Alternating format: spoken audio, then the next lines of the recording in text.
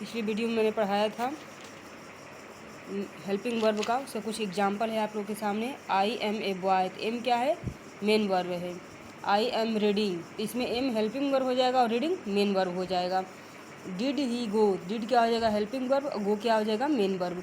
Who did ईट, इसमें did क्या हो जाएगा मेन वर्ब और शेल क्या हो जाएगा helping verb.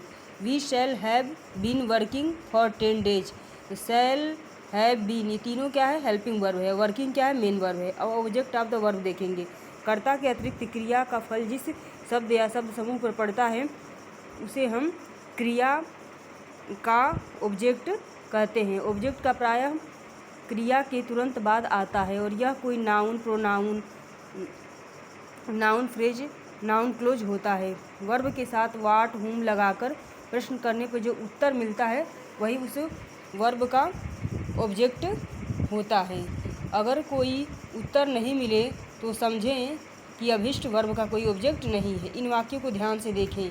Ram it's rice, तो इट्स वाट, इसमें जवाब मिल रहा है राइस, अर्थात इट्स क्या हो जाएगा, इट्स का ऑब्जेक्ट राइस है।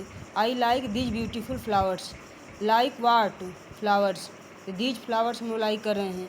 My father loved me very much, loved whom, तो मी, इसमें भी जवाब मिल रहा है। He is playing in the field, playing what, no reply, इसमें अतः इस वाक्य में क्रिया इज प्लेइंग का कोई ऑब्जेक्ट नहीं है।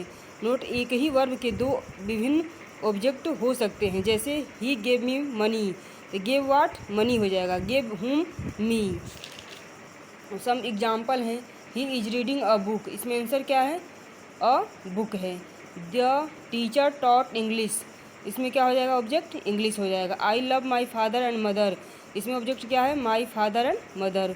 Y did he beat you, इसमें क्या है यू है। He was singing a song in the room, इसमें क्या है अ सॉन्ग है। Birds sing in the trees, इसमें नो ऑब्जेक्ट है। The teacher taught us English, इसमें क्या है अस है और इंग्लिश दोनों है। अब ट्रांसलेटिव एंड इनट्रांसलेटिव वर्ब्स को देखेंगे। मेन वर्ब को दो भागों में बांटा गया है। एक ट्रांसलेटिव वर्ब को हिंदी में सकर्मक क्रिया कहेंगे और इनट्रांसलेटिव वर्ब को अकर्मक क्रिया कहेंगे। ट्रांसलेटिव वर्ब देखेंगे। The verb used is an object is called a translative verb. For example Ram it's rice, इसमें राइस क्या है ऑब्जेक्ट है और इट्स क्या है ट्रांसलेटिव वर्ब है। आई लव यू, यू क्या है ऑब्जेक्ट है, लव क्या है ट्रांसलेटिव वर्ब है। He has helped my brother, इसमें ट्रांसलेटिव वर्ब क्या है हेल्प्ड है, ट्रांसलेटिव वर्ब हेल्प्ड है, माई ब्रदर ऑब्जेक्ट है। आई नो दिस, इसमें दिस क्या है ऑब्जेक्ट है और नो क्या है ट्रांसलेटिव वर्ब है। My brother has read the book, इसमें रीड क्या है ट्रांसलेटिव वर्ब और द बुक क्या है ऑब्जेक्ट है। अब ट्रांसलेटिव वर्ब को देखेंगे। The verb used without an object is called an intransitive verb. For example I eat, इसमें कोई ऑब्जेक्ट नहीं है। I sleep, I go to school, he gets up at 5 o'clock, Ram walks in the field, he run fast.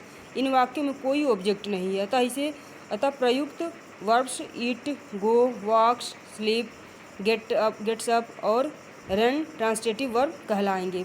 अब some special notes देखेंगे। कुछ ऐसे verbs हैं जिनके बाद ऑब्जेक्ट कभी नहीं आते हैं और वे हमेशा इनट्रांसलेटिव वर्ब के रूप में प्रयुक्त होते हैं, जैसे गो, कम, सिट, स्लीप, डाई एट्सेट्रा।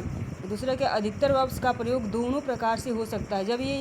जब इनके बाद ऑब्जेक्ट रहता है तब ये ट्रांसलेटिव वर्ब्स कहलाते हैं और जब इनके बाद ऑब्जेक्ट नहीं रहता है तब ये इनट्रांसलेटिव वर्ब कहलाते हैं। बहुत से लोग यह समझते हैं कि इट, बीट, रीड इत्यादि क्रियाओं का प्रयोग ट्रांसलेटिव वर्ब की तरह होता है, परंतु बात ऐसी नहीं है। जब तक क्रिया के बाद कर्म का प्रयोग नहीं होगा तब तक उस क्रिया को हम ट्रांसलेटिव वर्ब नहीं कहेंगे। फॉर एग्जांपल आई ईट, ईट क्या है ट्रांसलेटिव वर्ब है।